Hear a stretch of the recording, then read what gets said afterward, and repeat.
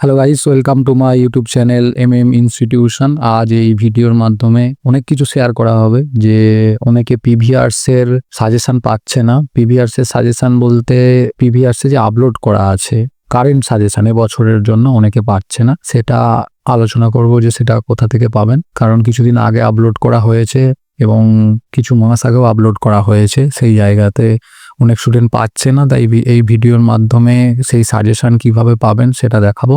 আর এর আগে আমাদের কিছু ভিডিও দেয়া আছে পিজিপিএস ফার্স্ট পেপার নিয়ে, যেখানে দেখানো আছে যে কত পার্সেন্টেজ আমাদের সাজেশন যদি ফলো করে কোনো স্টুডেন্ট তাহলে কত পার্সেন্টেজ কমন পাবে। আজকে একটু ছোট্ট করে ইতিহাসের প্রথম পেপার নিয়ে দেখাবো। মোটামুটিভাবে আপনারা আমাদের সাজেশনে বিশ্বাস রাখতে পারেন। ওভারঅল সাজেশন থেকে তো নানা করে হলেও আপনার 100%ই বলা চলে কমন চলে আসবে ম্যাক্সিমাম পেপারে। আর মোটামুটিভাবে যে আমরা ইয়োলো সাজেশনের ওপর যে জোর দিয়েছি ওখান থেকেও একটা ভালো লেভেলের কমন চলে আসবে।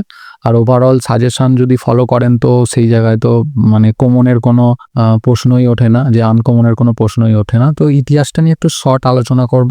ইতিহাসে আমরা আকবরকে প্রচুর ফোকাস করেছিলাম, সেই জায়গায় আমরা শর্ট সাজেশনও আকবর দিয়েছিলাম, যে আকবর যেন খুব ভালো করে আকবরের ধর্মনীতি, রাজত্বকাল, সাম্রাজ্য বিস্তার, আকবর কি প্রকৃত শাসক বলা যায়, এই সমস্ত আকবরের নিয়ে যা প্রশ্ন আছে সমস্তটা একদম ফুল ফোকাসে রেখেছিলাম, যে আকবর যেন একটা স্টুডেন্ট অবশ্যই আকবরের সমস্ত বিষয়টা সে প্রিপারেশন নেয়। তো আকবর থেকে এসেছিল, আকবর থেকে প্রশ্ন আপনার গ্রুপ বি এ একটা এসেছে এবং আপনার গ্রুপ সি এ একটা এসেছে আকবর থেকে। আর আমাদের শর্ট সাজেশনও আকবর দেওয়া ছিল। আমরা যদি আমাদের সাজেশনটা দেখি, আমাদের সাজেশনে আপনার যে 2 নম্বরের সেকেন্ড যে প্রশ্নটা আছে, ঔরঙ্গজেবের দাক্ষিণাত্য নীতির সমালোচনামূলক আলোচনা করুন, সেটা আপনার এই যে চলে এসছে 2 নম্বরে আমাদের সাজেশন থেকে। যদি আমরা 4 নম্বর প্রশ্ন দেখি সাজেশনের আমাদের, যেখানে ইয়েলো মার্কিং, অষ্টাদশ শতকে ভারতীয় অর্থনীতির অবস্থা বিশ্লেষণ করুন, আপনার অষ্টাদশ শতকে ভারতীয় অর্থনীতি চলে এসেছে। নেক্সট আপনার এখানে জায়গিরদারি সংকট আছে, এখানে মনসবদারি ব্যবস্থা আছে। আমরা যদি সাজেশনে ফলো করেন, এখানে আপনার সাজেশনে জায়গিরদারি সংকট ও মনসবদারি ব্যবস্থা টোটাল সাজেশনে দেওয়া আছে। মানে আমাদের সাজেশন যদি আপনারা ফলো করতেন টোটালটা, সেই জায়গা থেকে আপনার টোটাল 18 নম্বরে 4টেই আপনি কমন পেতেন। আর যদি শুধুমাত্র ইয়োলো মার্কিংটা করতেন তাহলেও আপনি একটা তো আপনার কমন টোটাল চলে আসছেই। নেক্সট আকবরের ধর্মনীতি, যেটা আমরা শর্ট সাজেশনেও দিয়েছিলাম এবং আমাদের সাজেশনের ফার্স্ট প্রশ্ন আকবরের ধর্মনীতি, টোটাল আপনার এই সাজেশনেও 4টে কমন। এই শাহজাহানের পরবর্তীকালে উত্তরাধিকার সংক্রান্ত যুদ্ধের সমালোচনামূলক বিশ্লেষণ করুন, এখানে আপনাদের এই যে 8 নম্বর প্রশ্ন আছে, শাহজাহানের পরবর্তীকালে উত্তরাধিকার সংক্রান্ত দ্বন্দ্ব সংক্ষেপে। নেক্সট মুঘল ও শিখদের সংঘর্ষ বর্ণনা, এটাও আমাদের সাজেশনে চলে এসেছে। এখানে যদি দেখেন এই যে 5 নম্বরে ইয়োলো মার্কিং, মুঘল ও শিখদের সংঘর্ষ বর্ণনা করুন, সাজেশনে আছে। মানে আপনার এখানেও এটা 4টে, এখানে আপনার 3টে লিখতে হবে, 3টে চলে এসেছে। এবার গ্রুপ সি এর প্রথম পানিপথের যুদ্ধের তাৎপর্য আলোচনা করুন, এটাও চলে এসেছে। বা যদি সাজেশনে দেখেন এখানে আছে, নর্মাল মার্কিং আছে, সাজেশন এসেছে পানিপথের প্রথম যুদ্ধের রাজনৈতিক গুরুত্ব আলোচনা করুন। নেক্সট আপনার মুঘল আমলে জাট বিদ্রোহ সম্পর্কে আলোচনা করুন, যদি আমাদের সাজেশনে দেখেন ইয়েলো মার্কিং আছে, মুঘল আমলে জাট বিদ্রোহ সম্পর্কে আলোচনা করুন। নেক্সট আকবরের রাজত্বকালে মুঘল সাম্রাজ্য বিস্তার, আকবর আবার চলে আসলো, যেটা আমরা বলেছিলাম যে আকবর নিয়ে ভালো করে প্রিপারেশন নেওয়ার জন্য একটা 12 নম্বরে চলে আসলো, একটা 7 নম্বরে আকবর চলে আসলো। নেক্সট মুঘল আমলে গ্রামীণ সমাজ কাঠামোতে জমিদার শ্রেণীর ভূমিকা কি ছিল, এটাও চলে এসেছে।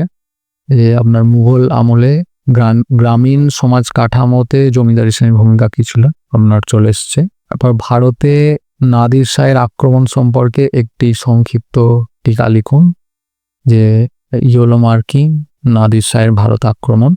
নেক্সট আপনার মুঘল শাসকদের উত্তর পশ্চিম সীমান্ত নীতি সম্পর্কে একটি সংক্ষিপ্ত আলোচনা করুন, এটাও সাজেশন থেকে চলে এসেছে।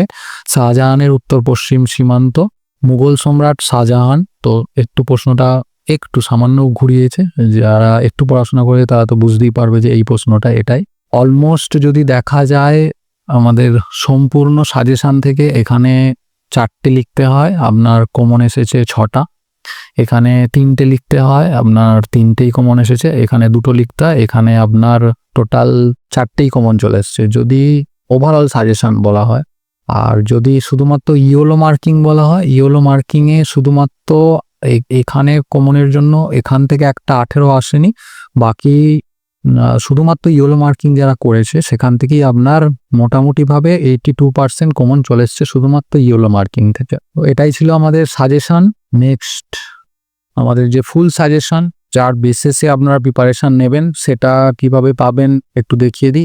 ইনস্টিটিউশন গুগলে গিয়ে সার্চ করবেন, ফার্স্ট লিঙ্ক গিয়ে আপনারা এখানে সার্চ অপশান আছে, যার যে পেপারটা লাগবে, আমরা শুধুমাত্র আর্টস নিয়ে কাজ করি, সেই পেপারটা সেই কোডটা আপনি সার্চ করবেন। যেমন ধরুন এরপর 3 নম্বর পেপার আছে, আপনার ধরুন হিস্ট্রি আছে, তো PGHI 3 বলে সার্চ করবেন, দেন এই পেজটা আসবে।